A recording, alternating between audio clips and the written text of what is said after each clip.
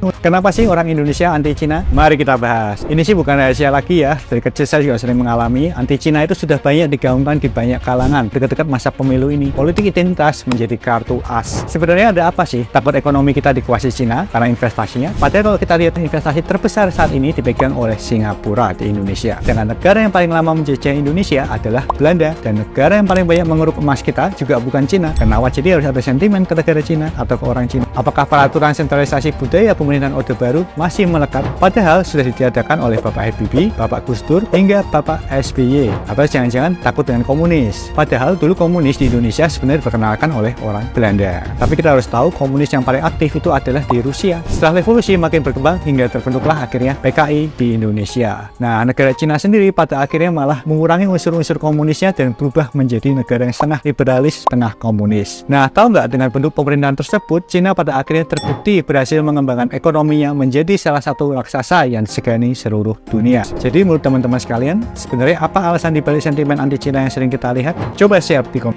Imigran Yaman itu jelas antek Belanda, ya, tidak suka Indonesia merdeka, itu jelas, menghalangi perang kemerdekaan, itu jelas. Oh, imigran Yaman ini memperbudak pribumi, itu jelas. Maka mereka akan membuat narasi-narasi bahwa mereka tuh berjasa dan sebagainya untuk menutupi bahwa nenek moyangnya, datuk-datuknya itu antek jongos Belanda yang menghalangi perang kemerdekaan. Habib dan para imigran Yaman itu perlu dicurigai sebagai PKI. Kenapa? Gini, Habib itu pengalaman menjadi PKI, sebab ada dua habaib yang menjadi pengurus PKI, Gimbong PKI, yaitu Habib Fahrul Barakbah dan Habib Ahmad Sufyan Barakbah. Bahkan Aidit adalah keturunan imigran, tapi bukan habaib, ya. Jadi habaib dan imigran Yaman. Jadi hati-hati sama mereka, waspadai mereka, karena mereka juga, PKI itu tukang fitnah. Siapa yang pernah mengajak fitnah? Ya Rizik sendiri. Ingat kata dia, cari kesalahannya kalau tidak ada fitnah dengan fitnah yang masuk akal. Keturunan Yaman yang sekarang ini berusaha mengajari kita untuk membenci negeri sendiri, Ibu Pertiwi ini. Janganlah mereka kita anggap sebagai saudara kita, karena mereka akan menjerumuskan kita, penduduk pribumi ini yang selalu mencintai saudara-saudara sendiri di negeri ini, meskipun berbeda-beda, terutama kepada orang-orang keturunan Yaman yang selama ini saya pantau dengan kepingin menjadi penguasa dan kepingin menjadi penikmat hidup di Indonesia ini, tapi mereka berusaha mengacaukan kita. Ini akan menjadikan negara kita hancur nantinya. Untuk itu saya mengutuk lagi kepada turunan-turunan Yaman, tolong Anda di media sosial itu terlalu sembrono dalam omongan dan tutur kata, itu tidak ada menyejukkan hati bagi kami seorang pribumi Indonesia tercinta ini. Ada para bajingan-bajingan Yaman, ada bajingan-bajingan yang Yaman, bajingan-bajingan Yaman yang menumpang cari makan. Wahai bajingan-bajingan Yaman, kalau kalian tidak nyaman tinggal di Indonesia, silakan kalian keluar dari negara Republik Indonesia. Kembalilah kalian kepada negeri kalian di Yaman sana. Jangan membuat kegaduhan di negara Nyai ini. Ya, bajingan-bajingan Yaman ini silakan tinggalkan Indonesia. Gampang. Pada Syarifah.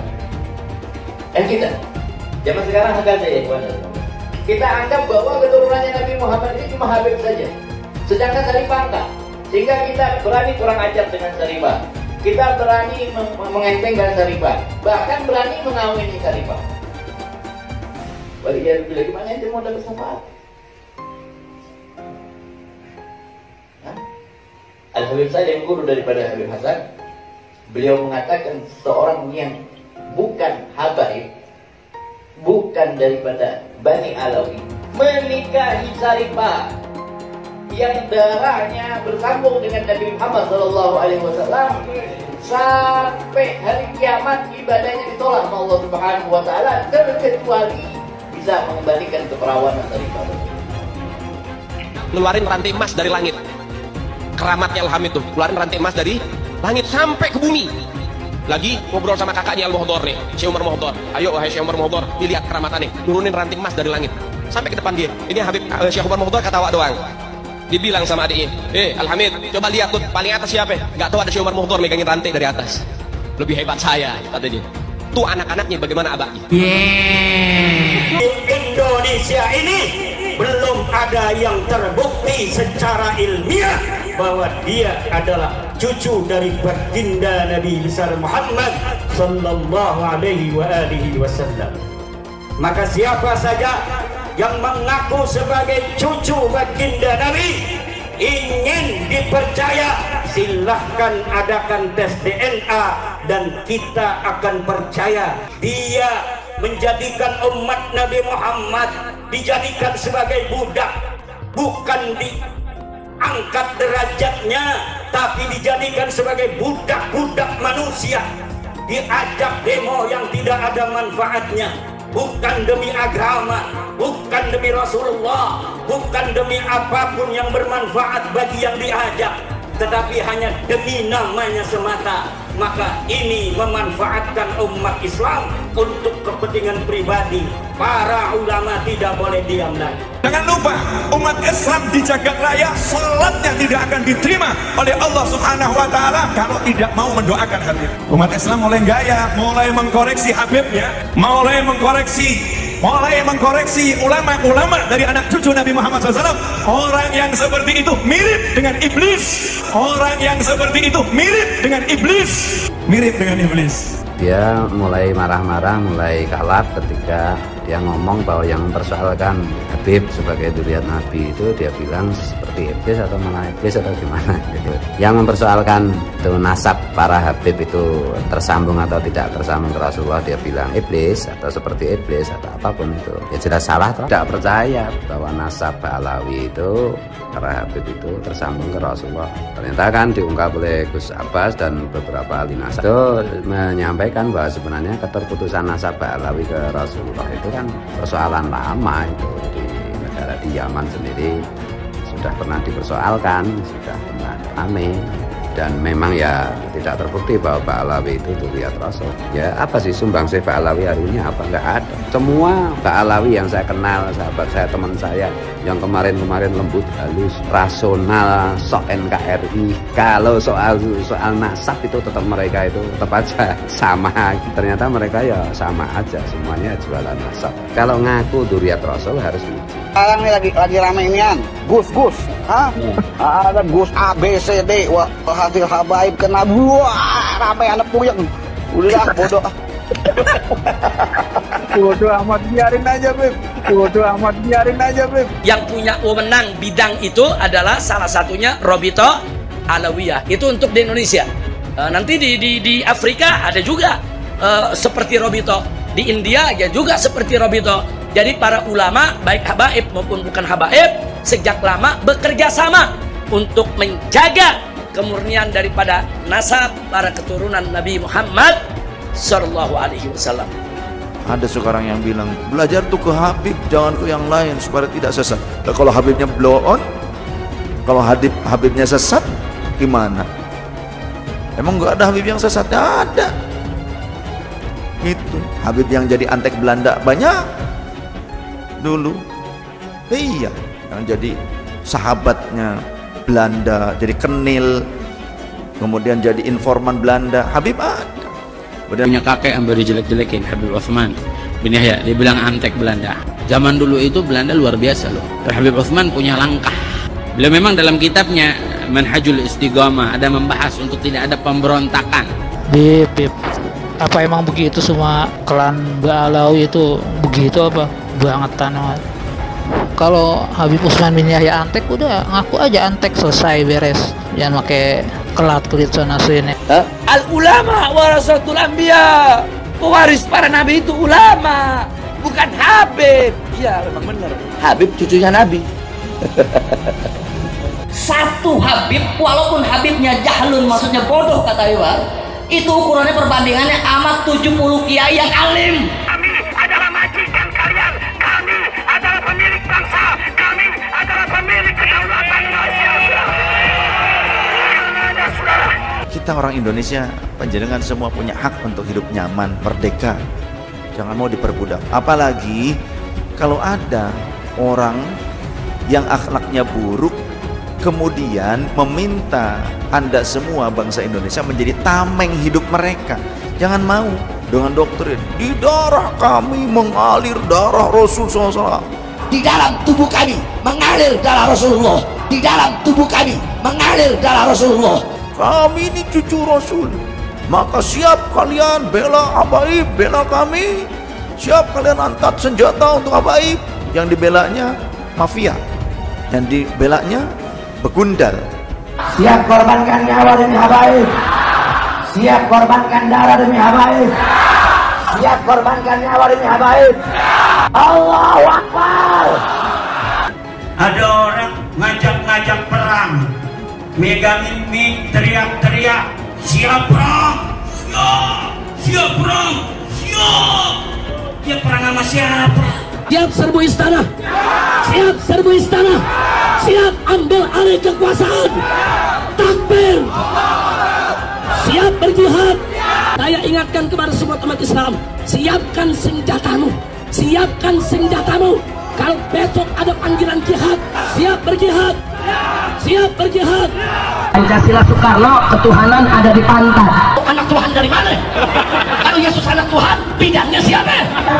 Besok di seluruh wilayah Indonesia kami katakan dalam. Karena di salib itu ada jin kafir. Karena di salib itu ada jin kafir. Karena di salib itu ada jin kafir. Haleluya. Kepalanya ke kiri apa ke kanan? Kepalanya ke kiri apa ke kanan?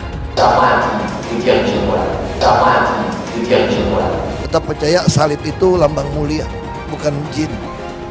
Kok ketawa? Aku nggak nyindir siapa-siapa loh. Banyak sekali ulah Habib-Habib yang merendahkan bangsa Indonesia.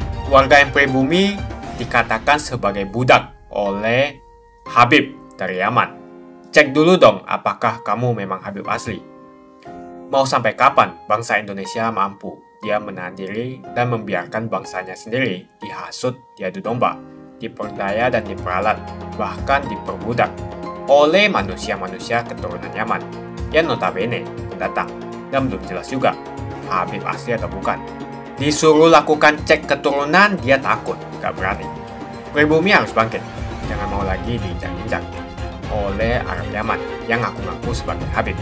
Jangan mau lagi dikibuli oleh orang-orang seperti Bahar Smith dari Rizik Syihab yang ngaku-ngaku sebagai Habib. Tak usahlah panggil Habib-Habib, seakan-akan keturunan Arab kastanya lebih tinggi dari keturunan pribumi atau keturunan Cina. Seakan-akan Cina dan pribumi di bawah orang Arab. Namun Cina sudah menjadi nomor 1 di dunia. Dan saya percaya Indonesia akan menjadi negara maju dengan mayoritas pribumi. Seharusnya Arab Yaman harusnya belajar dari negeri Cina. Seperti kata kitab suci, belajarlah sampai negeri Cina. Santai aja, nggak usah marah. Kalau imigran Hadramaut menganggap mereka itu derajatnya tinggi, sehingga mengahwalkan pribumi, menganggap pribumi budak, nggak apa-apa. Menganggap pribumi derajatnya lebih rendah, nggak apa-apa. Nggak usah marah. Ya kalau logik, kalau orang logik, ya tinggal balas saja. Kita juga harus merasa bahwa kita derajatnya lebih tinggi. Kita bukan derajat mengharapkan sedekah seperti mereka. Kita bukan berderajat peminta-minta. Kita bukan derajat yang tidak mampu bersaing seperti mereka. Derajat kita lebih tinggi dalam dalam berbisnis. Kita pribumi sama Tionghoa jauh kemampuannya daripada mereka. Kan banyak rumah-rumah mereka tuh beralih fungsi menjadi milik pribumi dan Tionghoa. Karena ya kalah bersaing.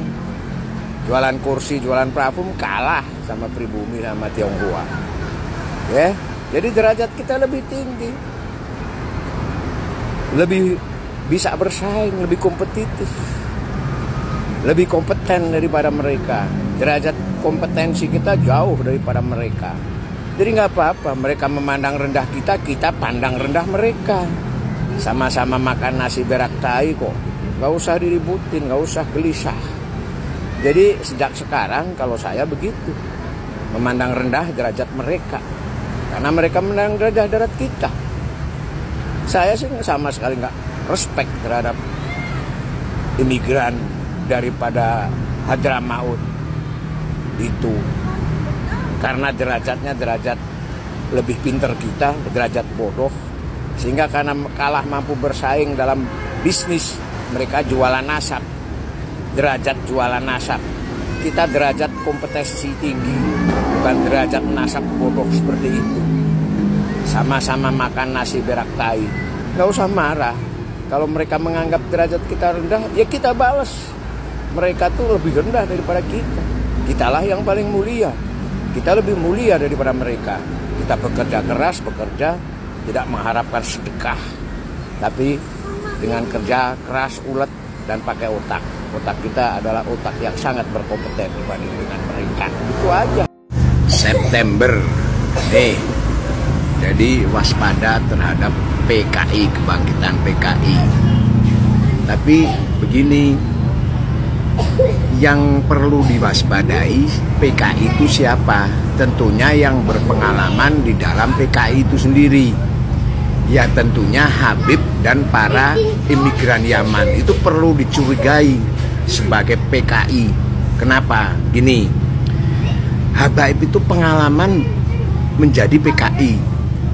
Sebab ada dua Habaib yang menjadi pengurus PKI, Gimbong PKI, yaitu Habib Fahrul Barakbah dan Habib Ahmad Sufyan Barakbah. Bahkan Aidit adalah keturunan imigran tapi bukan Habaib, ya. Jadi orang Yaman, orang Habaib itu yang berpengalaman di dalam per-PKI-an. Oleh karena itu pantas dicurigai sebagai PKI yang akan bangkit. Kemudian nomor dua, tentunya adalah orang yang bangsa yang berpengalaman dalam komunis. Nah, Yaman Selatan, Hadramaut itu sangat berpengalaman dalam perkomunisan. Pribumi enggak, karena di Indonesia gagal PKI itu. Tapi kalau Yaman sempat memimpin Partai Komunis Yaman itu tahun 69 sampai 90 itu menguasai Partai Komunis Yaman itu menguasai negara, jadi sempat mendirikan negara. Jadi saudara-saudara, saudari-saudari, memang PKI perlu diwaspadai untuk bangkit, tetapi yang penting yang perlu diwaspadai siapa? Yaitu orang yang berpengalaman dalam bidang per-PKI-an, bidang perkomunisan, yaitu Habaib dan imigran Yaman. Jadi hati-hati sama mereka, waspadai mereka, karena mereka PKI itu tukang fitnah. Siapa yang pernah mengajak fitnah? Ya Rizik sendiri. Ingat kata dia, cari kesalahannya kalau tidak ada fitnah dengan fitnah yang masuk akal. Jadi PKI itu bahaya, dan yang berpotensi menjadi PKI adalah orang yang fitnah, orang yang berpengalaman dan per-PKI-an, perkomunisan, yaitu imigran Yaman dan Habaib. Rumail Abbas itu kan keturunan imigran Yaman, ya kan? Nah, dia berbicara seperti itu justru menjadi bukti bahwa keturunan antek-antek Belanda ya seperti itu. Dia itu tidak suka pribumi itu eksis, gitu loh. Jadi akan menghalangi dengan segala narasi, ya. Itu jadi bukti dia keturunan imigran Yaman. Imigran Yaman itu jelas antek Belanda, ya. Tidak suka Indonesia merdeka, itu jelas menghalangi perang kemerdekaan. Itu jelas. Habib Utsman bin Yahya yang mengeluarkan fatwa itu. Nah, si Rumail ini kan keturunan imigran, ya, yaitu menjadi bukti bahwa dia itu juga nggak suka sama pribumi. Dia itu mengagung-agungkan datuk-datuknya yang antek-antek Belanda. Maka dia akan seperti itu. Itu jelas bukti bahwa imigran Yaman ini memperbudak pribumi, itu jelas. Maka mereka akan membuat narasi-narasi bahwa mereka itu berjasa dan sebagainya dan sebagainya. Untuk menutupi bahwa nenek moyangnya, datuk-datuknya itu Antek Jongos Belanda yang menghalangi perang kemerdekaan. Jadi enggak, ya seperti itu. Kalau dia bukan keturunan imigran Yaman, ya dia tidak akan berpikir seperti itu. Jadi jelas-jelas bahwa imigran Yaman ya memang begitu.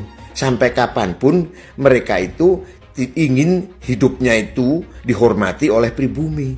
Nah sekarang begitu dilawan, ya akan seperti itu. Itu jadi begitu. Dia apa sih gitu?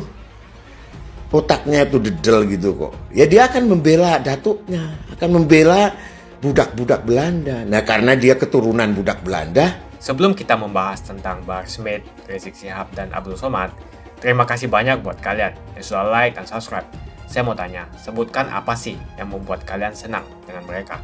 Apa sih kelebihan mereka? Apakah kalian senang dengan hujatan-hujatan mereka? Tuliskan opini kalian di kolom komentar. Banyak sekali ulah Habib-Habib yang merendahkan bangsa Indonesia.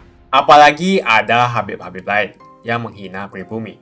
Sebut saja Habib Anies Alatas yang di atas mobil komando di depan jamaahnya sambil meneriakkan mikrofon teriak-teriak, "Kami adalah majikan kalian. Kami adalah pemilik bangsa. Kami adalah pemilik kedaulatan." Ucap si Habib Hanif.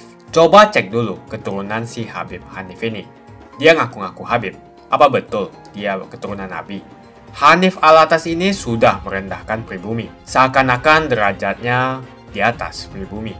Habib-Habib ini sering sekali menggelar aksi unjuk rasa yang dinamakan sebagai aksi bela rakyat. Rakyat yang mana yang kamu bela? Lagian tujuan dari demo itu untuk mendesak Presiden Jokowi untuk turun dari jabatannya. Yang jelas dalam video tersebut, Hanif Alatas meneriakkan bahwa dia adalah majikan. Warga yang pribumi dikatakan sebagai budak oleh Habib dari Yaman. Cek dulu dong apakah kamu memang Habib asli. Para pengikut dan umatnya lebih parah lagi, mau saja dijadikan budak oleh Hanif Alatas. Pribumi harus bangkit, jangan mau lagi diinjak-injak oleh Arab Yaman yang ngaku-ngaku sebagai Habib. Saya mengajak para pribumi untuk bangkit, memiliki jiwa nasionalisme, rasa persatuan, dan kesatuan yang tinggi. Jangan mau lagi dikibuli oleh orang-orang seperti Bahar Smith dan Rizik Syihab yang ngaku-ngaku sebagai Habib. Kebangkitan pribumi ini merupakan langkah untuk mengajak rakyat Indonesia memiliki kesadaran agar mampu memperjuangkan Indonesia untuk tidak menjadi budak bangsa lain, terutama Arab Yaman. Orang-orang seperti Bahar dan Rizik Syihab, mereka ngaku-ngaku sebagai Habib. Bisa saja mereka Habib palsu, karena tidak ada pembuktian cek keturunan bahwa betul mereka adalah keturunan Nabi. Jangan terus mengibuli masyarakat dengan menjual nazab. Jual nazab untuk mengumpulkan pundi-pundi rupiah dan kaya raya dengan mengibuli masyarakat. Lihat si Bahar dan si Rizik. Dari miskin jadi kaya. Bahar Smith yang dulunya tidak punya mobil sekarang mempunyai banyak koleksi mobil-mobil mewah. Kalau mobilnya dijual semua, mungkin mencapai hingga puluhan miliar. Yang menjadi pertanyaan, apakah dia membayar pajak? Lalu dari mana penghasilan miliarannya itu? Dengan ceramah dan menjual ayat, si Bahar Smith bisa membeli mobil mewah yang harganya miliaran. Coba cek pajaknya. Apakah dia membayar pajak? Tidak pantas seorang mengaku cucu Nabi, tapi kelakuannya tidak ada kesopanan sama sekali. Ada juga murid dari Bahar Smith yang mengatakan satu Habib bodoh sama dengan 70 kiai alim. Mau sampai kapan bangsa Indonesia mampu dia menahan diri dan membiarkan bangsanya sendiri dihasut, diadu domba, diperdaya dan diperalat, bahkan diperbudak oleh manusia-manusia keturunan Yaman yang notabene pendatang dan belum jelas juga Habib asli atau bukan. Disuruh lakukan cek keturunan, dia takut, gak berani. Berani tidak mereka yang ngaku Habib itu lakukan tes untuk membuktikan mereka betul keturunan Nabi? Kalau para Habib tidak berani melakukan tes, jangan disanjung-sanjung. Apalagi ajaran yang disampaikan penuh dengan ujaran kebencian, seperti Bahar Smith, Rizik Syihab, dan Abdul Somad, dan penceramah-penceramah lainnya. Tak usahlah panggil Habib-Habib, seakan-akan keturunan Arab kastanya lebih tinggi. dari keturunan pribumi atau keturunan Cina. Seakan-akan Cina dan pribumi di bawah orang Arab. Namun Cina sudah menjadi nomor 1 di dunia. Dan saya percaya Indonesia akan menjadi negara maju dengan mayoritas pribumi. Seharusnya Arab Yaman harusnya belajar dari negeri Cina. Seperti kata kitab suci, belajarlah sampai negeri Cina. Begitu saja opini saya hari ini. Tuliskan opini kalian tentang Bahar Smith, Rizik Syihab, dan Abdul Somad di kolom komentar. Jika kalian setuju dengan pendapat saya, ayo tekan like di video ini. Dan bagikan video ini ke teman dan family Anda, supaya mereka semua mengetahui tentang informasi ini. Tekan tombol subscribe dan bunyikan lonceng notifikasi supaya kamu tidak ketinggalan